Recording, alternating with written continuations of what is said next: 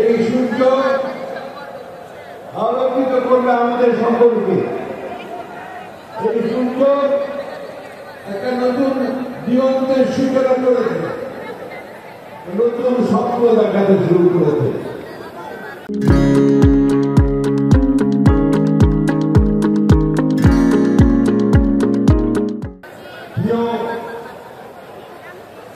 ছাত্র ভাই বোনেরা,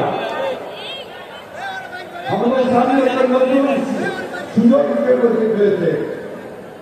আমাদের এই বাংলাদেশকে আবার নতুন করে তৈরি করা। আমাদের ছাত্র ভাইরা তারা অনেক রক্ত দিয়েছে, অনেক নির্যাতন সহ্য করেছে, বারবার কারাগারে গেছে। আমার মনে হয় আমার একজন ছাত্র ভাই নেই যে যারা কারাগারে যায়নি, নির্যাতন সহ্য করে। আজকে যে টেকনাফ থেকে তেঁতুলিয়া পর্যন্ত সমস্ত এলাকার ছাত্র ভাইরা এখানে সমাবেশ করে। এটা একটা অত্যন্ত আনন্দের দিন। আমরা একই সঙ্গে আমাদের কষ্টের দিন, কারণ 1 বছর আগে এই দিনটিতে এই সময়টাতে আমরা আমাদের ভাইদের হারিয়েছিলাম। আমি গত পরশু ওটা আগের দিন মনে হাসুরিয়াতে গিয়েছিলাম। সেখানে আমাদের এই ছাত্র ভাইদেরকে পুড়িয়ে গুলি করে মেরে ফেলার পরে পুড়িয়ে মেরে ফেলা হয়েছে। ক্লাস 2 ছেড়ে গুলি করে তার মাথার খুলি উড়িয়ে দিয়েছে। সে মাথার প্রতিবেশে মারা যায়নি, পরে সার্জারি করে তার মাথার ভিতরে প্লাস্টিক দিয়ে লাগিয়ে। এরকম অসংখ্য অসংখ্য ঘটনা আমাদের রংপুরের চট্টগ্রামের ওয়াসিম থেকে শুরু করে শত শত হাজার ছাত্ররা প্রাণ দিয়েছে। 1 দিন নয়, 2 দিন নয়, দীর্ঘদিন ধরে। শুধু 36 দিন নয়, তার আগে 15 বছর ধরে আমাদের ছাত্র জনতা শ্রমিকেরা তারা প্রাণ দিয়েছে। এই যে প্রাণ দেওয়া, এই যে বিসর্জন দেওয়া, আত্মত্যাগ করা, লক্ষ্যটা একটাই, সেটা হচ্ছে আমরা একটা সুন্দর আবাস গড়ে তুলব। আমাদের ছাত্ররা কি চায়?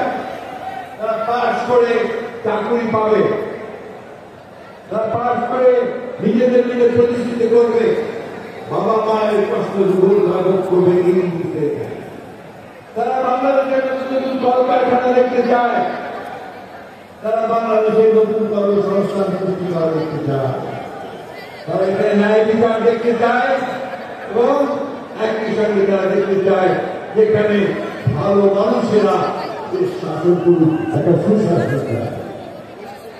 যুব বন্ধুরা, তোমাদেরকে বন্ধু বলছি এই জন্যে জানতে আমাদের বয়স অনেক হয়েছে, তারপরেও তোমাদেরকে বন্ধু বলো এই জন্য তোমাদের সঙ্গেই আমরা সবসময় কাজ করেছি, কাজ করবো।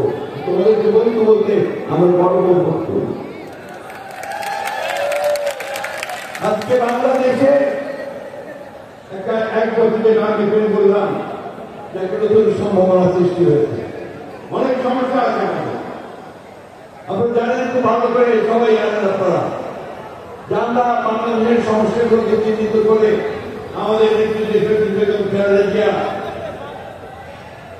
2016 সালে ভিশন ফর বাংলাদেশ 2030 দিয়েছিলেন। অর্থাৎ সেখানে তিনি বলেছেন যে রাষ্ট্রীয় কাঠামোটা পরিবর্তন করা দরকার।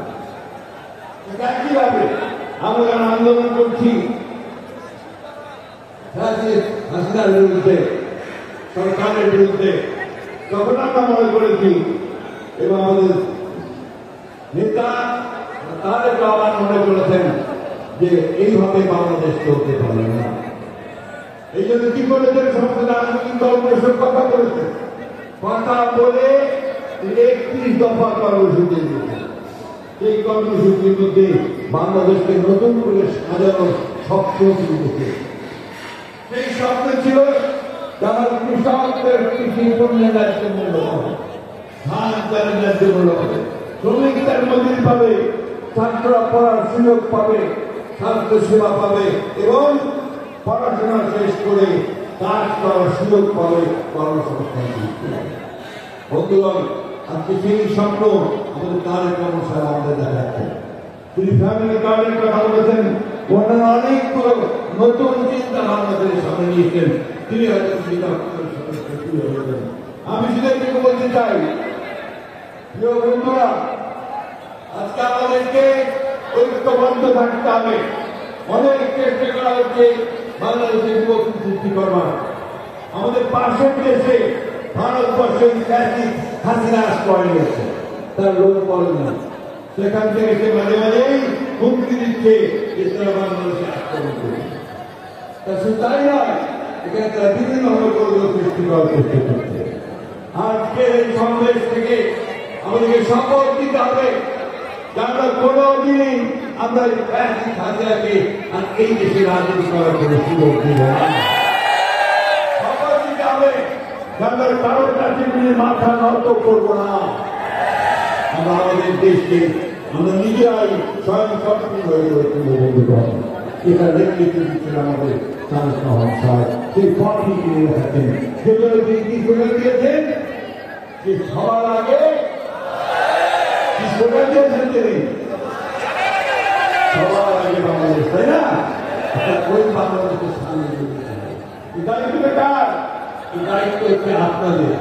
এই দায়িত্ব হচ্ছে ছাত্রদের মেধা এবং বুদ্ধিমত্তার চর্চা করে সামনের দিকে নিয়ে যেতে হবে।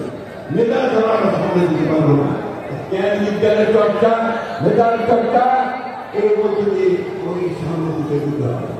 আমাদের সামনে এখন লড়াই বাংলাদেশে একটা গণতান্ত্রিক রাষ্ট্র প্রতিষ্ঠা করা। আমরা সেই লক্ষ্যে নিয়ে চলেছি। আমাদের নেতা তারেক রহমান সাহেব দিল্লিতে বসে প্রধান উপদেষ্টা ইউদের সঙ্গে আলোচনা করে নির্ধারণ করছেন ফেব্রুয়ারি মাসে নির্বাচন হবে। গোটা বাংলাদেশের মানুষ অপেক্ষা করে আছে যে ফেব্রুয়ারি মাসে নির্বাচন হবে। তার আগে দেশে ফিরে আসবে, তাই না? সবাই চাই না উনি আসবেন, আমাদের নেতৃত্ব দিবেন, আমাদের পথ দেখাবেন। বন্ধুরা, আসুন আজকে আমরা এই শপথ গ্রহণ করি যে আমরা সবাই ঐক্যবদ্ধ হয়ে আমরা তারেক রহমান সাহেবের নেতৃত্বে আমরা এই দেশকে সত্যিকার অর্থে শহীদ প্রেসিডেন্ট রহমানের যে স্বপ্ন ছিল, দেশের যে স্বপ্ন, সেই স্বপ্নগুলোকে আমরা বাস্তবায়ন করি।